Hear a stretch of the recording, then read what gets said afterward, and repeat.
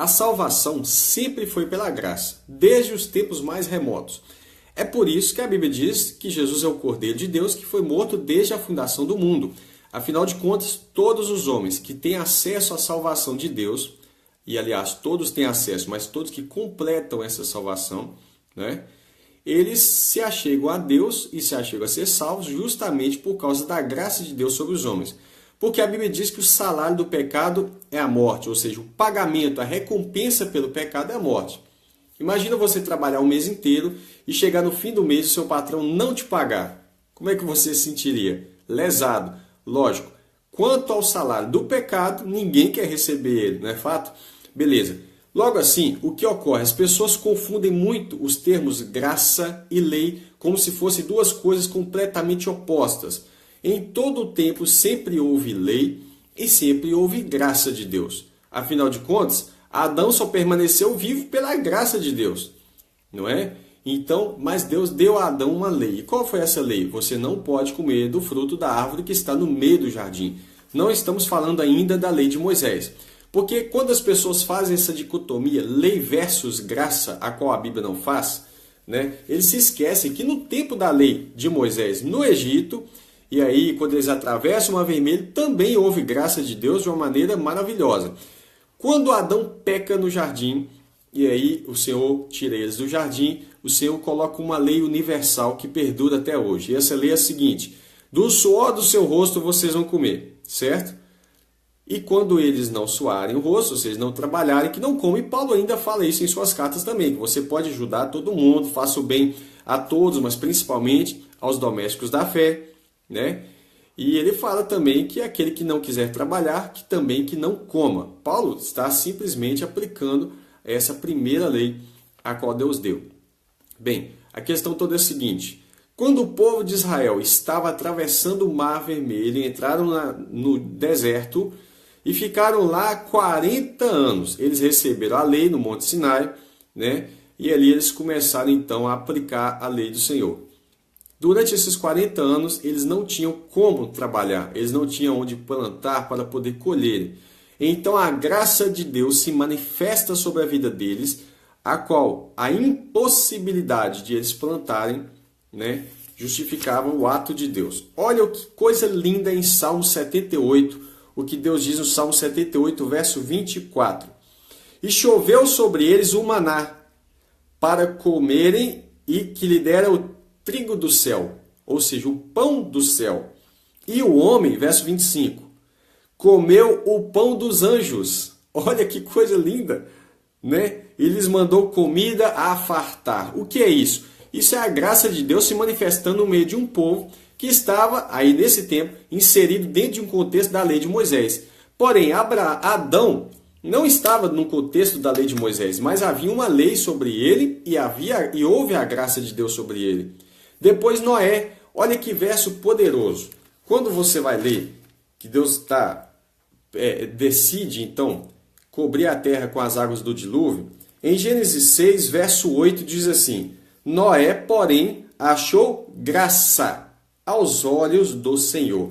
Isso muito antes da lei de Moisés chegar. O próprio Moisés, ele fala com o Senhor sobre a graça. Ele fala assim, ó, em Êxodo 33, 13, fala assim: agora, pois, se achei graça aos teus olhos, rogo-te, né, que me faça saber nesse momento o teu caminho, para que eu te conheça e ache graça aos teus olhos, e considera que essa nação é o teu povo. Ele também vai falar no verso 16: pois como há de saber que achamos graça aos teus olhos e ao teu povo? Não é por acaso em andares conosco, de modo que somos separados, eu e o teu povo, de todos os povos da terra? Está vendo? No verso 17, disse o Senhor a Moisés: farei também isso que disseste, porque achaste graça aos meus olhos, e eu te conheço pelo teu nome. Olha para você ver que coisa linda. Quando o salmista diz no Salmo 6, verso 4, ele fala assim: volta-te, Senhor, e livra minha alma. Salva-me por tua graça. Em todo o período da Escritura, a salvação do homem só pode ser mediante a graça de Deus. quando Paulo está explicando que nós não somos salvos pelas obras da lei, irmãos, é preciso ter muito discernimento. Simples. É simples compreender isso. Paulo está dizendo, você não é salvo por aquilo que se praticava durante a lei de Moisés. E em Romanos mesmo, Paulo diz o seguinte, porque o objetivo da lei, o fim da lei é Cristo, ou seja, a finalidade da lei é te esclarecer a pessoa de Cristo. O tabernáculo apontava para Cristo, as peças do tabernáculo se referiam a Cristo. Quando fala do tabernáculo, está falando de Cristo. Quando fala do castiçal, quando fala a menorá, né? Está falando de Cristo. Jesus fala, eu sou a luz do mundo, e o castiçal é a luz, né? E ele fala, enquanto eu estou no mundo, eu sou a luz do mundo. Jesus disse isso. E ele fala também para os seus discípulos, a igreja, vós sois a luz do mundo. Ou seja, o tabernáculo era a sombra das coisas futuras. Logo, o fim da lei é Cristo, ou seja, o objetivo da lei é explicar Cristo. Se lá no tabernáculo tinha pão, Jesus fala, eu sou o pão da vida. Se lá tinha água, ele fala com Pedro, Pedro, se eu não te lavar, você não tem parte comigo. E Pedro fala, me lava só os pés, não, me lava o corpo todo. Ou seja, tudo aquilo ali apontava para Cristo. A porta, Jesus é a porta, Jesus é o sumo sacerdote. Então a finalidade da lei é Cristo. Agora, se depois de eu ter conhecido a Cristo, estando na nova aliança, eu querer voltar a praticar as obras da lei, o que é isso? Sacrifício. Imagina você sacrificando cordeiro hoje. É a mesma coisa de você anular o sacrifício de Cristo, falar que a cruz não foi suficiente. Então Paulo fala que aquele que quer se justificar pelas obras da lei, caiu da graça de Deus. Porque na verdade ele está negando, né, o que Deus fez por nós. Mas a salvação sempre foi pela graça. Por meio da sombra ou por meio da realidade, é a graça de Deus se manifestando a uma humanidade totalmente corrompida, pecadora, afastada, demitida da graça de Deus, né? E aí, agora Deus está apontando e mostrando que a salvação é pela graça de Deus. É muito importante, irmãos, nós compreendermos que sempre houve lei e ainda há lei. Qual é a lei de Cristo? Ela permanece. Qual que é o resumo da lei dos profetas? A qual Cristo fala, Paulo fala, Tiago fala e todos os apóstolos vão falar a mesma língua. Porque afinal Jesus fala que o resumo da lei dos profetas é amarás o Senhor teu Deus sobre todas as coisas e o próximo como a ti mesmo. E isso permanece para nós ainda hoje. Logo, no tempo da graça ainda há lei. No tempo da lei também havia graça, né? Isso é fundamental nós compreendermos porque tem muitas pessoas que não compreendem quando Paulo diz que nós não somos salvos pelas obras da lei. Não é a circuncisão lá na carne do prepúcio, onde se cortava em formato circular, né, o órgão genital, a ponta, né, aquela pele do órgão genital masculino, em formato de círculo, ou seja, de uma aliança que era feita ali na carne. Hoje a Bíblia diz que somos circuncidados no coração. Ou seja, não é a obra da lei lá feita literalmente que vai me justificar diante de Deus, né? E muitas outras obras eram feitas e eram necessárias que fossem feitas naquele tempo, naquele período, porém para nós hoje não serve mais. Então, quando falar assim, irmão, a lei ou a graça, não existe isso. No tempo da lei existia a graça de Deus e no tempo da graça existia a lei. Em vídeos mais à frente eu gostaria de explicar esses detalhes e diferenciar. Por isso, muita gente não entende a diferença de quando Paulo fala das obras da lei e quando Paulo fala das obras, as quais estão ligadas com a vida eterna. Isso ele fala em Romanos 2, eu vou ler aqui. Romanos 2, verso 6. Muita gente fica perdida porque acha que Paulo está falando contradição, né? E não é. Paulo fala, Romanos 2, verso 6, que o Senhor Deus recompensará cada um segundo as suas obras. A saber, olha qual é a recompensa. A vida eterna aos que com perseverança em fazer bem procuram glória, honra e incorrupção, ou seja, um corpo incorruptível na sua vida eterna. Mas a indignação e ira aos que são contenciosos, desobedientes à verdade e obedientes à iniquidade. Ou seja, essas obras que Paulo está dizendo aqui não são as obras da lei. E é por isso que Tiago vai falar a mesma coisa. E as pessoas não conseguem compreender que Tiago e Paulo estão falando a mesma língua. Tiago, capítulo 2, ele fala no verso 14. Meus irmãos, o que aproveita se alguém disser que tem fé e não tiver as obras? Por acaso essa fé pode te salvar? A resposta é clara, não. Essa fé sem as obras. E essa obra não são as obras da lei. Que obras são essas? São a obediência à palavra de Deus. Tá certo? Então, quando você obedece a palavra de Deus, você está praticando uma obra em Cristo. Essa obra pela fé. Não tem nada a ver com as obras da lei, a qual o apóstolo Paulo falava.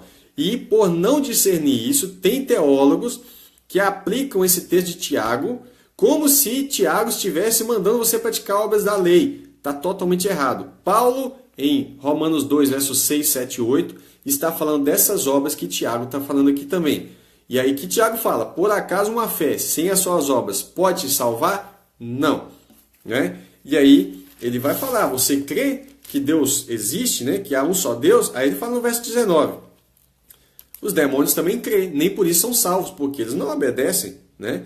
E ele fala no verso 20, mas ó homem vão, queres saber que a fé sem as obras é morta?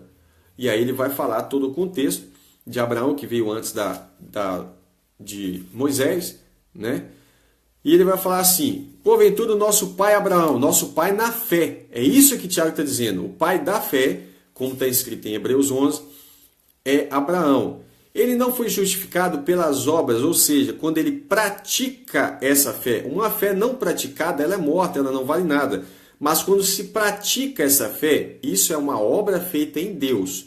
Não existe boa obra se não é feita em Deus, irmão. Então não adianta a pessoa falar assim, então quer dizer que se eu for uma pessoa, qualquer pessoa aí der uma cesta básica, então ele está salvo. Não tem nada a ver uma coisa com outra. Tiago está falando obra de obedecer à voz de Deus. Isso é a obra que está conectado com a fé, que está conectado com a salvação. Sem essa obra, ou seja, sem essa obediência, ninguém vai ser salvo.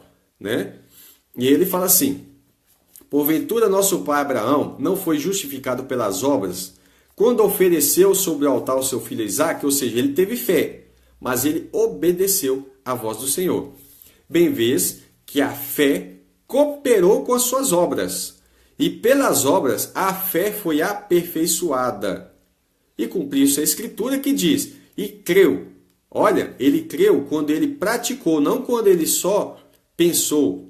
Não só quando ele creu aqui na mente, quando ele acreditou, mas quando ele praticou. E então cumpriu-se a escritura que diz, e creu Abraão em Deus, e foi imputado isso como justiça, e foi chamado amigo de Deus. Aí Tiago complementa, vede então que o homem é justificado pelas obras, não pelas obras da lei. Entende o problema que as pessoas não conseguem discernir? Ele não está dizendo que o homem é justificado pelas obras da lei. Ele está dizendo que o homem é justificado quando ele obedece à voz de Deus, os seus mandamentos, quando ele crê e realmente, de fato, ele pratica. Por isso, vai falar assim, irmãos, não sejais somente ouvintes, mas praticantes da palavra de Deus. Quando eu sou praticante, eu estou gerando uma obra, um fruto, né? Como a Bíblia diz, você precisa gerar um fruto digno de arrependimento.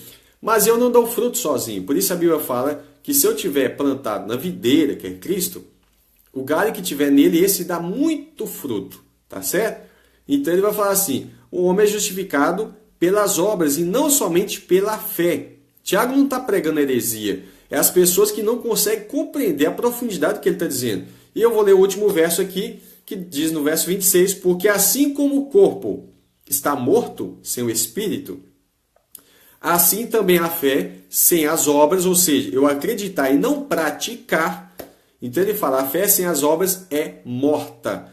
E quando Paulo diz que, mas o justo viverá da fé, está escrito isso em Abacuque, Paulo está usando um termo grego para a fé, que é emuná. Seria interessante você pesquisar o que significa emuná. Emuná significa fidelidade, não é apenas acreditar, como se diz algo metafórico, não, na verdade é prático, a fé é praticada, ok? Por isso a Bíblia fala em todos os julgamentos que as pessoas serão julgadas segundo as suas obras, e inclusive a Romanos 2, verso 6 fala que Deus vai recompensar a cada um segundo as suas obras, Romanos 2, verso 6, a saber, essa recompensa não é apenas galardão e etc e tal, recompensa, vida eterna aos que perseverarem em fazer o bem, ou seja, aquele que for fiel até o fim. Esse será salvo. O que é fidelidade? Não é intelectual. A fidelidade é prática.